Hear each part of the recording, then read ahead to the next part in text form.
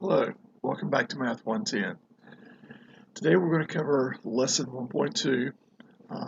They call that prep skills. Let's get started. Here are some skills that we're going to be doing throughout the course. We'll be coming back, reviewing, so forth, building on these basic fundamentals. So skill number one is perform arithmetic operations on integers. Integers are just the whole numbers. We can also do the same operations on real numbers, those with fractions, decimals, etc. But we just basically want to look at signed arithmetic is what this is worried about. So if I'm going to do signed arithmetic, signs are basically pluses and minuses. If I want to add 12 and add the plus sign with a -3, it is the same thing as just subtracting 3. So 12 minus 3 is 9. Adding a negative is the same thing as subtracting. I can also subtract a negative number. It says here subtracting a negative results in addition. Let's say that you had $23 in the bank. Somebody come along and they accidentally debited your account $8. You went to them, you saw the mistake, you complained. They will basically remove that debit. So you're subtracting that previous subtraction, which means they're adding that back into your account. $15 plus $8 gets you back to your original. So a negative, subtracting a negative, is the same thing as a positive. This can also be viewed as a multiplication.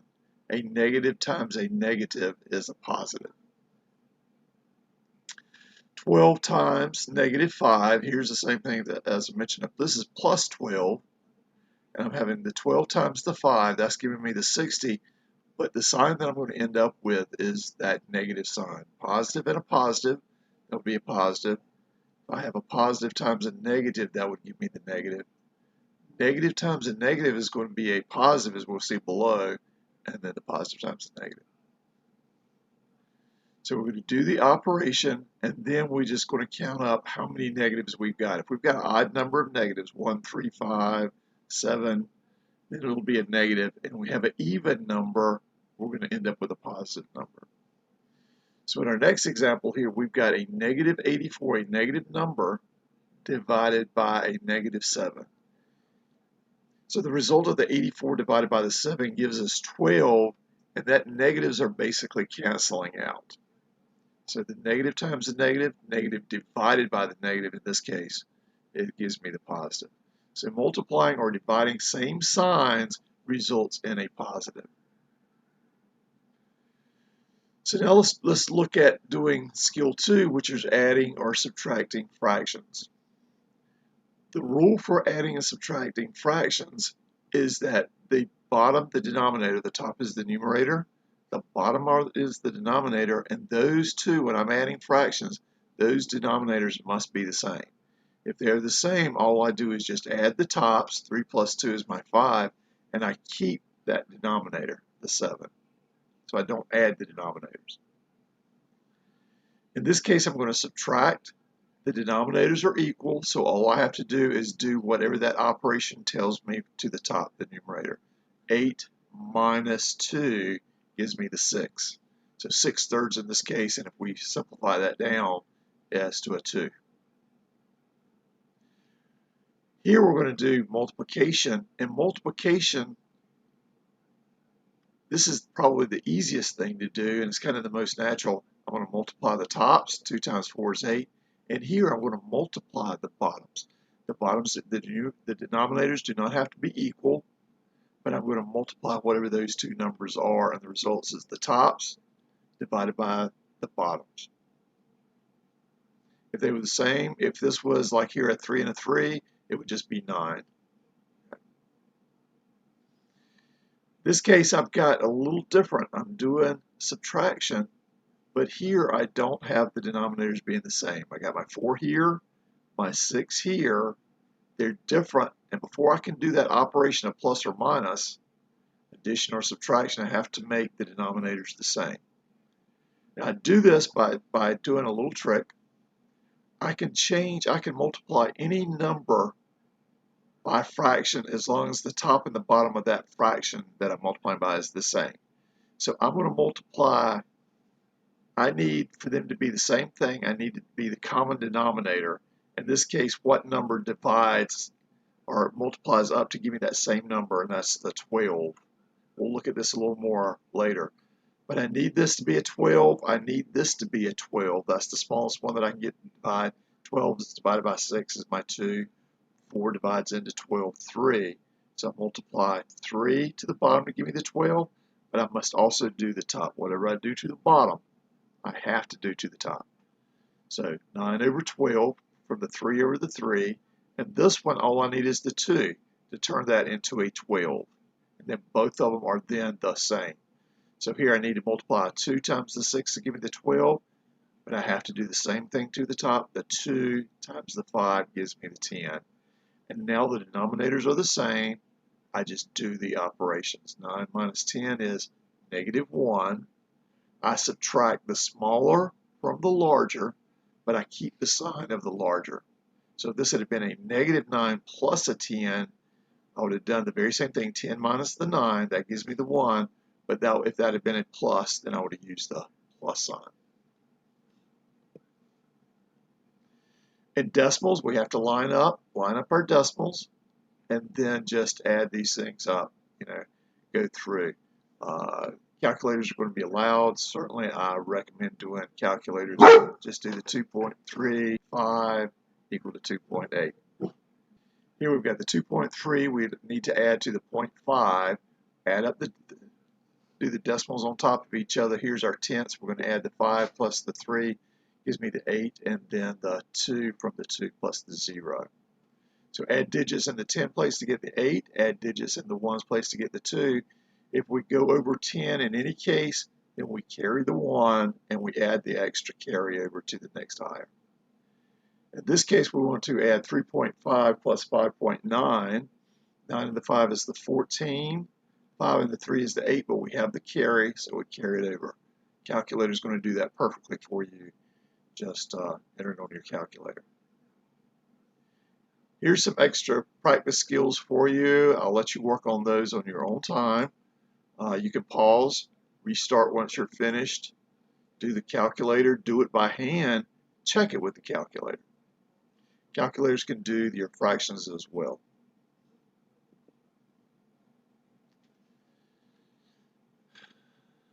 So here is our class material. Run it again. So when they give you nutrition facts on the box, they're giving you in terms of a serving. Amounts per serving, the serving size, and then the breakdown of what you're going to get. Calories, calories from fat, total fat, cholesterol, sodium, etc. For the yogurt, here's the juice box.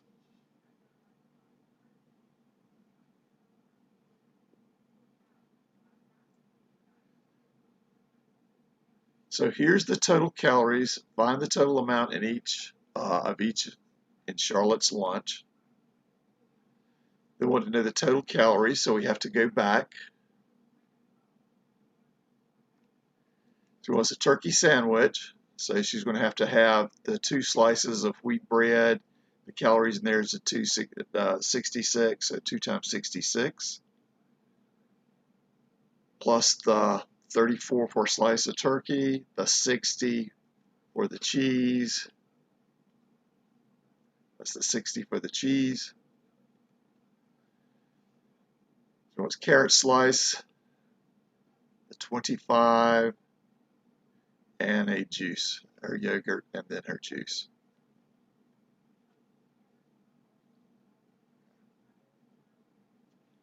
Let's go back up here. And in this case, I'm going to slide this out a little bit down here.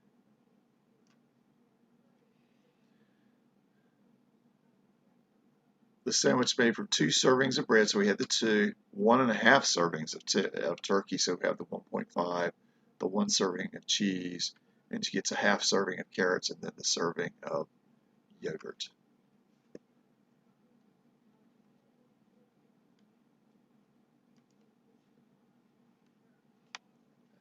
So that's each one of those with the half a serving, the 1 1/2, and we go through. Okay. Fat we would add up the same way. The sodium we go through, the 2 servings, the 1 1/2 servings, the single serving, half a serving, and then a serving and a serving. Okay.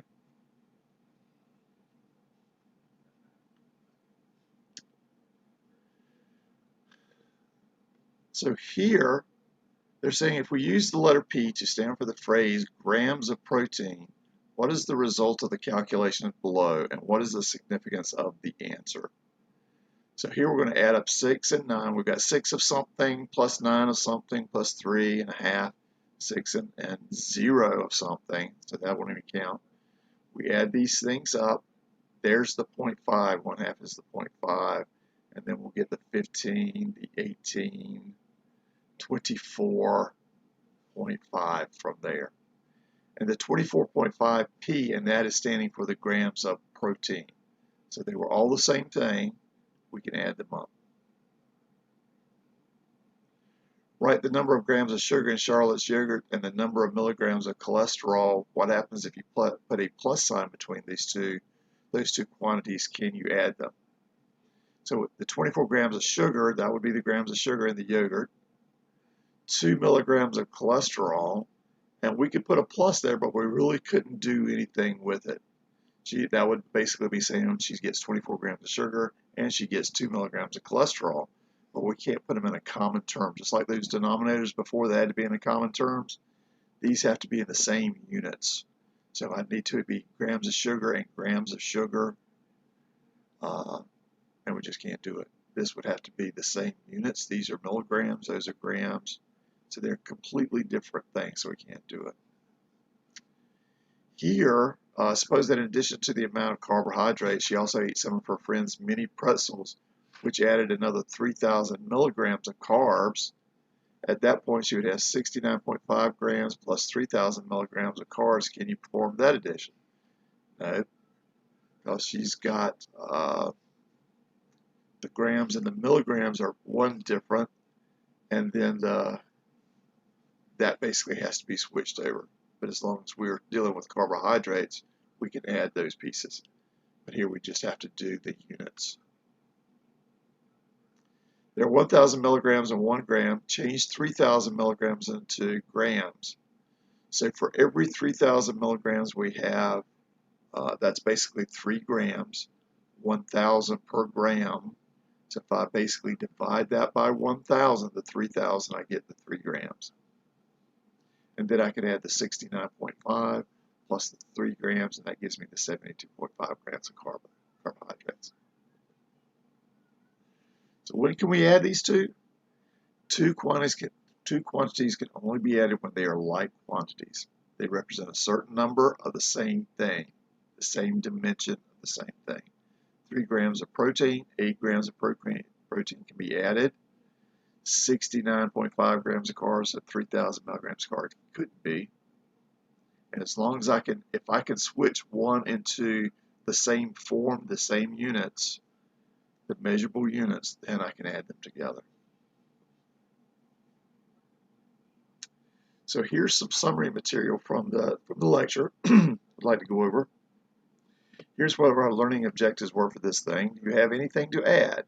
Identify circumstances where addition or subtraction is possible, and then add or subtract quantities, and we did both of those.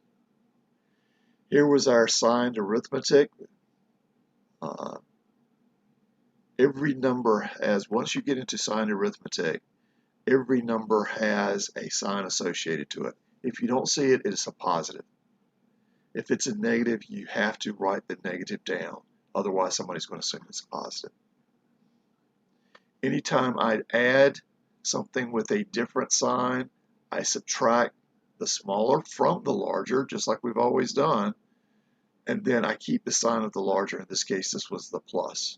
So I had the results being plus 9. And then the negative times the negative end up adding. Multiplication, odd number of negatives, I have a negative. Anytime I have an even number of negatives, it results in a positive number. Adding and subtracting fractions. If I'm adding or subtracting, those denominators had to be the same. Once I got into multiplication, let's multiply the top, multiply the bottoms do not have to be the same.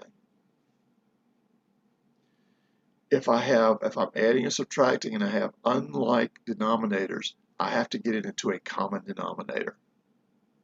The smallest one is the smallest that's a multiple of both 4 and 6. That multiple is going to basically divide into that 12. So 12 will divide into 4 3 times. 6 can divide into 12 2 times. And I can turn both of these numbers into that 12. The 4 by 3 over 3. That's 6 by 2 over 2, and I change the form of both, and then I can do the operation. Subtract the smaller from the larger. 10 minus 9 gives me the 1, but then I use the sign of the larger number. Decimals we looked at, make sure you go from right to left, do your thousandths, hundredths, tenths, always carrying anything over past the 10, even into your units, 1/10, hundredths. Again, learn your calculator, use it. Here's some more prep skills questions that you can spend a few minutes on. Pause it, continue with the video. When can we add two quantities? Two quantities can only be added when they are like quantities. They represent the same thing and they're the same measurements, the same units of measurements. 3 grams of protein, 8 grams of proteins, they're the same thing. Grams of protein, same units as grams. I can add those up. Carbs and carbs are fine, but I need to either turn this into a milligrams or the milligrams into grams, and this was just the most natural because it was over 1 gram. The milli is basically 1/1000th of a gram. So 3,000 makes 1 gram. Okay. In some cases, we'll need to convert one quantity to a different unit in order to make the quantities the same. Here was where we did the 3 grams. In other cases, you simply can't add them together. Yards and feet can't go together. 3 yards plus, 3 yards, 2 feet, because we're keeping those together. So 65 grams of carbs and 3,000 milligrams of carbs. Here's our rules again. Adding 2 positive numbers results in a larger positive. Adding 2 negative numbers results in a larger negative number. Adding a negative to a positive is the same thing as subtracting from the positive. Subtracting a negative is the same thing as adding the positive of that number. Anytime I have difference of signs, I do the simple rule. I subtract. Doesn't matter which sign is which. I have 2 different signs. I subtract the smaller from the larger, but I keep the sign of the larger. Hope that helps. When we're doing addition, does the order matter? So if I add 2 plus 3, is it the same thing as 3 plus 2? It is. I mean, we can check that. Addition is commutative. The order in which you add doesn't matter. Subtraction is not commutative. The order does matter. 5 minus 3 is 2, but 3 minus 5 is negative 2. So I have to make sure I keep my orders, and I just can't switch. I can move things around as long as I keep that negative number with it, which makes it be the same thing. 5 minus 3 is the same thing as negative 3 plus 5. Excel is an excellent tool for doing all kinds of math calculations, and we'll use that extensively in this course. It has several functions built in. This is some of the basic ones. I just want to kind of go over it real quick, so I'm going to escape out of my slideshow. I'm going to click on my Excel. So I have some numbers I would like to add. 2, 3, 5. And I put each one of these into a cell. Again, a cell is just that little block that's identified by its column and its row, A1. Okay. If I wanted to add those up, I can just do equals. Equals always tells Excel that I want to do some calculation. I wanted to do something for me. So instead of doing the equals 2, I could just type 2 plus 3 plus 5, and I get 10. It'll do direct calculations for me. Here's the formula bar. This is known as the formula bar up here. If I click it twice, it shows me the formula also in the cell. I'm going to go back, delete this, and then I'm going to point to the number. I'm going to let it do the calculations. I'm going to say this one, A1, column and row identifies that, plus, click on that, A2 plus A3, it still gives me the 10. The nice thing about doing it this way, if this number happens to change, or if I need to change it, I made a mistake, oh, this should have been 3. Watch what happens. It automatically updates. Okay. I can also use a built-in summation formula. Sum, you see all of these formulas that come up. You see the one. You just have to, as you use it, you'll get used to this. And it says here's number 1, number 2. I could add them in. I could do 3, comma, 3, comma, 5. Close my parentheses. I would add them up. I could also, this is just going to overwrite this thing. I could do this range. This A1 colon A3 says A1 through A3. It'll add it up that way, and that's usually the way that I do it. If I delete this, if I just have a quick column of numbers, I'll go up here. You see this big summation? Click that. It inserts that sum, and there's that A1 through A3 again. So that's some of the basic ways you can do Excel. If you have to do a mixture of addition and subtraction, do it by the formula, whatever you need to do, but you can type it in. Is equal to 5 minus this guy plus that one, and that would give you the number. Okay. So let's go back. I'm going to current slide. Put me back at the top. That finishes it off for this lecture, for this lesson. So I'll post this up. See you next time for the next lesson. Hope this helps. Have a good day.